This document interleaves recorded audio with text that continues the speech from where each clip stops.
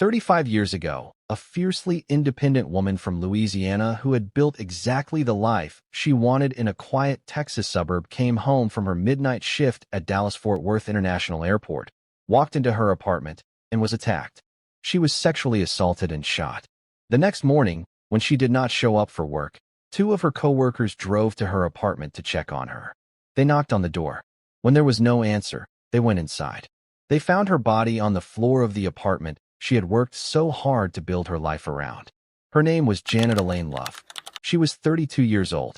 She worked as a ticket agent for Delta Airlines. She loved to joke around and make people laugh. Her family back in Louisiana never worried about her because they knew exactly who she was.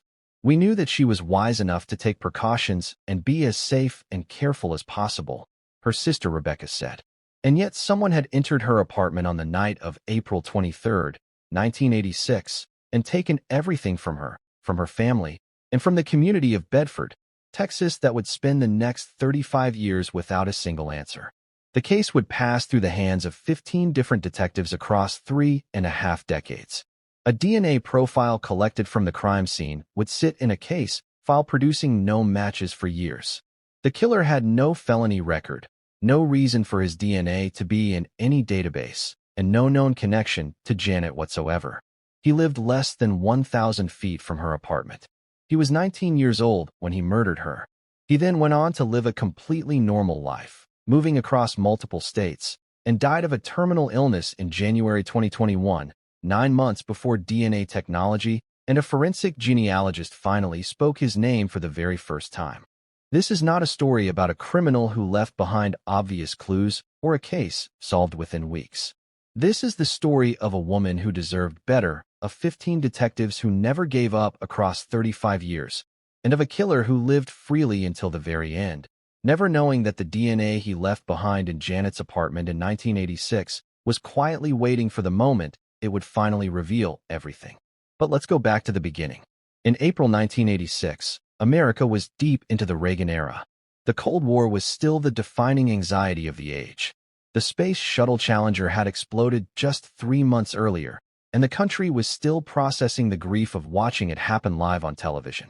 In the suburbs of Dallas and Fort Worth, life moved at the pace of Texas cities that were expanding rapidly, with new apartment complexes and shopping centers spreading across the landscape of Tarrant County. Bedford was one of those suburbs, a quiet residential city sitting between Dallas and Fort Worth, where working families, airport employees, and young professionals were building their lives in the growing Texas metroplex. Janet Elaine Love was 32 years old, originally from Louisiana, where she had grown up in a large and close-knit family. People who knew her described her as someone full of life, the kind of person who loved to joke around and cut up and fill every room she walked into with laughter. She was fiercely independent in the way that some people simply are, the kind of woman who made her own decisions, trusted her own judgment, and did not wait for anyone's permission to go after the life she wanted. In 1985, she had moved to Bedford, Texas entirely on her own terms, to take a job as a ticket agent for Delta Airlines at Dallas-Fort Worth International Airport. She worked the 3 p.m. to midnight shift, handling passengers and flights, and the particular controlled chaos that defined daily life at one of the busiest airports in the country. She came home late every night. She lived alone, and her family back in Louisiana felt no reason to worry about her because they knew exactly what kind of person she was. Her apartment was on Don Dotson Drive in Bedford, a normal apartment in a normal complex in a quiet suburb where nothing unusual was expected to happen. She had been living there for less than a year when someone walked in and ended her life. April 24, 1986. Don Dotson Drive, Bedford, Texas. On the morning of April 24, 1986, Janet Love did not show up for her shift at Delta Airlines. For someone as reliable and professional as Janet, this was immediately alarming. Two of her coworkers, concerned, drove to her apartment on Don Dotson Drive to check on her. They knocked on the door. There was no answer. They went inside. What they found inside that apartment on that April morning was something neither of them would ever fully leave behind. Janet Elaine Love was dead. She had been sexually assaulted. She had been shot. The person who had done this had entered her apartment sometime after she came home from her midnight shift the night before, attacked her, and disappeared into the quiet Bedford night without a single witness seeing him. Bedford police were called immediately. Investigators arrived and secured the scene. The autopsy confirmed Janet had been sexually assaulted and then fatally shot. Investigators examined the apartment carefully for any sign of how the attacker had entered. A DNA profile was collected from biological evidence at the scene.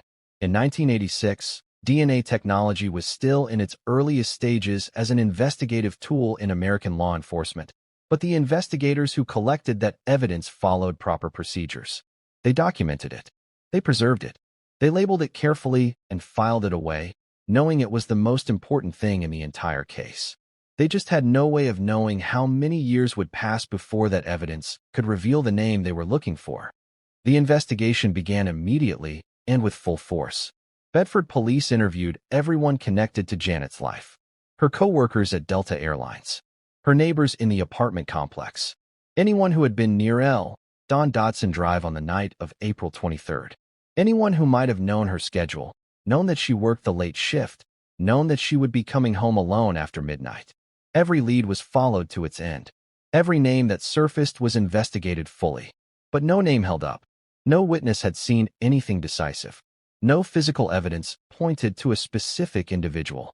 The killer had come and gone without leaving behind anything that 1986 technology could trace back to a person. The case went cold, but it was never closed. This case has always been assigned to a detective.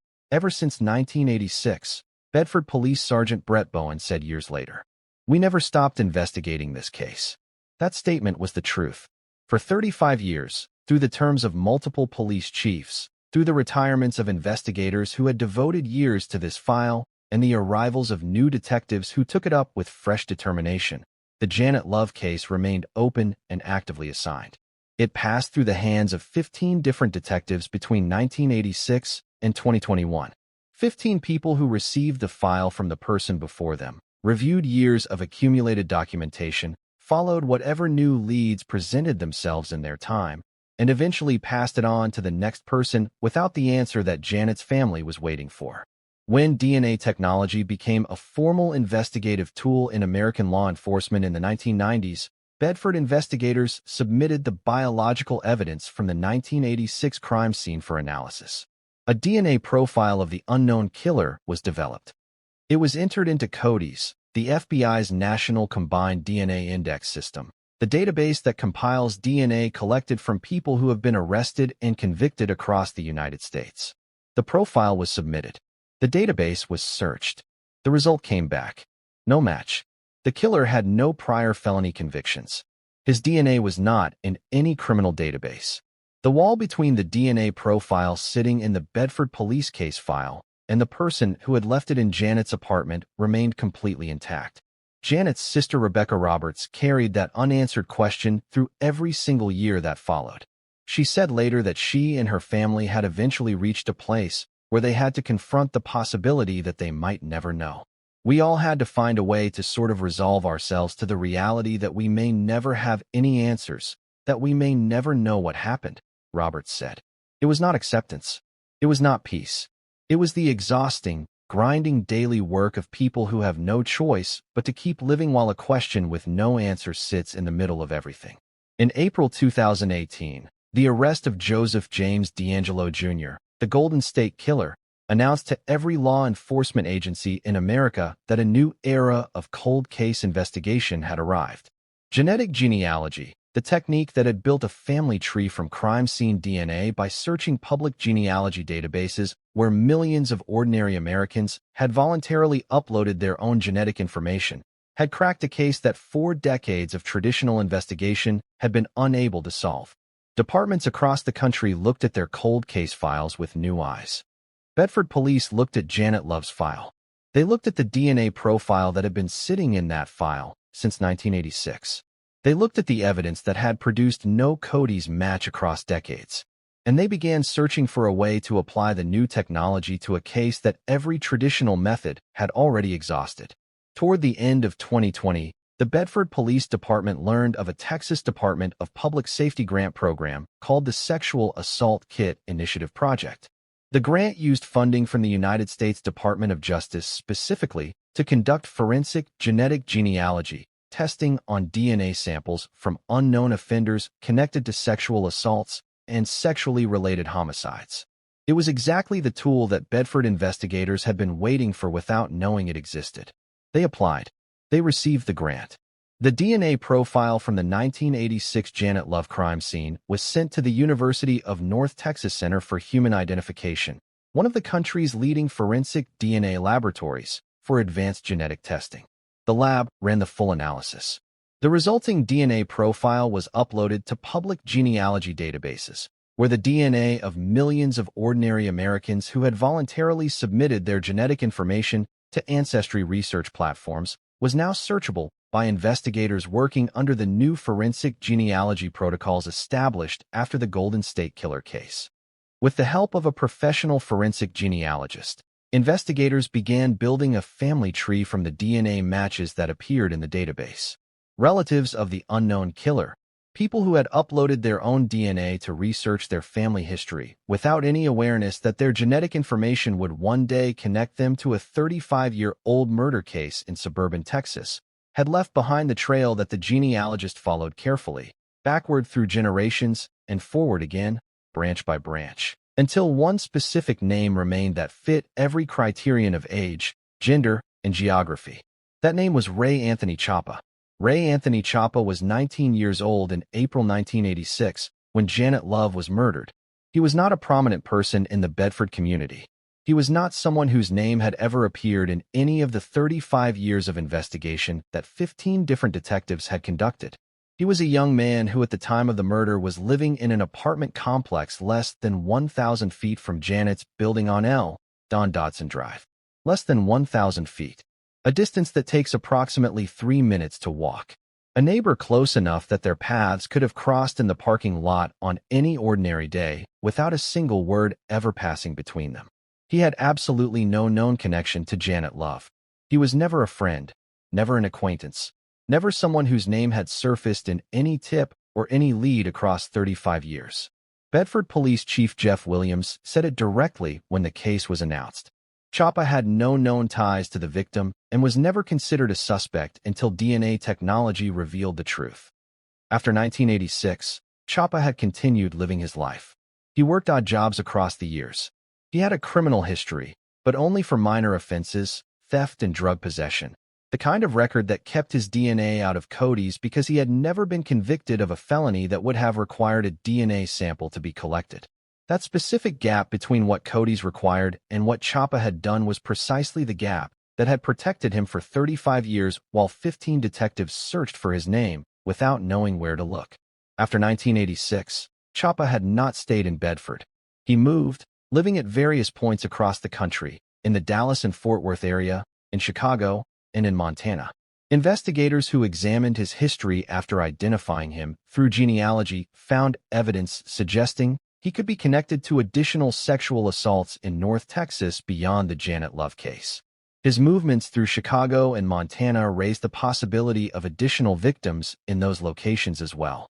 Bedford investigators began working with the FBI to examine whether Chapa had left behind more victims in the other places he had lived across the decades after Janet Love's murder. When the University of North Texas Center for Human Identification conducted the kinship analysis comparing the DNA profiles of 2 of Chapa's family members with the profile from the 1986 crime scene, the result was absolute. Bedford Police Chief Williams stated it without any qualification at all. "We are 100% sure this is the person who committed this terrible crime." But there was only one problem. By the time that certainty was confirmed in September 2021, Ray Anthony Chapa was already dead. He had died in January 2021, at age 53, from a terminal illness, in Bluffdale, a small community near Salt Lake City, Utah. He had lived 35 years after murdering Janet Love. He had grown from a 19-year-old into a 53-year-old man. He had watched the world change around him. He had watched DNA technology transform law enforcement completely. He had watched the Golden State Killer be arrested through the exact same genealogy method that would eventually reach him. And he had died of natural causes, in his own time, 9 months before his name was ever publicly connected to what he had done on the night of April 23, 1986, in an apartment on Don Dodson Drive in Bedford, Texas. November 15, 2021. Bedford Police Department, Bedford, Texas. On November 15, 2021, the Bedford Police Department stood before the press and announced that the 35-year-old cold case of Janet Elaine Love had been solved. The killer was Ray Anthony Chapa, a neighbor, a 19-year-old with no known connection to Janet beyond the 1,000 feet that separated their two apartment complexes. A name that had never appeared in 35 years of investigation across 15 detectives. A man who was already dead. Janet's sister Rebecca Roberts heard the news after 3.5 decades of waiting. The emotion that came with it was not simple or clean or easy to describe. The emotion is still raw, she said. You think you've processed it. You think you've put it to bed, but it just comes right back. She said that none of it was going to bring Janet back, but that it was some sense of justice. And then she said the thing that captured what 35 years of waiting had really meant to her family. I'm very thankful that she wasn't forgotten. Sergeant Brett Bowen reflected on the road that had led to that press conference. We looked at a lot of serial offenders over the years, trying to match somebody up to this, he said. So it's been a long road. He acknowledged what every investigator who had touched the file across 35 years already knew. The case had not gone unsolved because of a lack of effort. It had gone unsolved because the technology needed to solve it had not yet existed when the crime was committed. We just needed science and technology to catch up to be able to put the final pieces together. Police Chief Jeff Williams said what Janet's family had been waiting 35 years to hear. I am so grateful for all the detectives' hard work and finally being able to bring closure to Janet's family. They've had to wait 35 years for this day. There was no arrest. There was no trial. There was no moment in a courtroom where Rebecca Roberts and the rest of Janet's family could sit in the gallery and watch a verdict being read. There was only a name, a press conference, a photograph of Ray Anthony Chapa taken around 1986, and the knowledge that the man in that photograph had lived 35 more years after murdering Janet Love, had moved across multiple states, had died of natural causes at 53, and had never spent a single day being held accountable for what he had done. For a family that had spent 35 years being told there were no answers, knowing the name was something. Not everything. Not justice in the full sense that Janet and her family deserved, but something real, something true, and something that 35 years of waiting had made feel like more than words can fully describe. The Janet Elaine Love case leaves behind lessons that every American, especially women living alone, can carry into their daily lives today. First, always establish a check-in routine with someone you trust when you work late shifts or come home alone at night. Janet worked the 3 p.m. to midnight shift and came home late every working day. In 1986, cell phones did not exist the way they do today. In 2025, there is no reason a person coming home from a late shift should not send a quick message to a family member or friend confirming they are safely inside.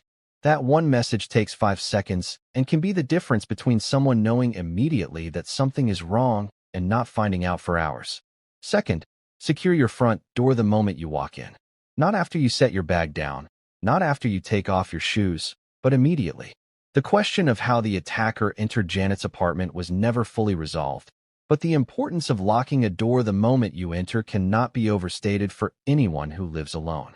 Third, if your family has an unsolved cold case with biological evidence collected at the scene, ask the investigating agency directly whether that evidence has been submitted for forensic genetic genealogy testing. CODIS and genetic genealogy are completely different tools. CODIS can only find a suspect whose DNA is already in the system from a prior felony conviction. Forensic genetic genealogy can find a suspect through their relatives even if the suspect himself was never convicted of anything, even if he has been dead for years. The Janet Love case sat in CODIS for decades with no result. Forensic genetic genealogy solved it in less than a year. Fourth, this case is a reminder that dangerous people do not carry visible signs of the harm they are capable of. Ray Anthony Chapa was 19 years old when he murdered Janet Love. He lived less than 1,000 feet away. He had no known connection to her. He looked like exactly what a 19-year-old neighbor in a quiet Texas suburb looks like, which is to say he looked like no one to be afraid of at all. And finally, this case is proof that DNA does not forget and does not expire. A DNA profile collected from a crime scene in Bedford Texas in 1986 waited 35 years for the right technology and the right moment. When that moment arrived, it spoke with the kind of certainty that left absolutely no room for doubt and gave a family the name they had spent more than 3 decades learning to live without. If this story moved you, please subscribe so you don't miss the next cases. Every name behind these cold case files is a real person, a real family, and sometimes a truth that waited far longer than anyone should ever have to wait to finally be told. Thank you for watching until the very end. See you in the next case.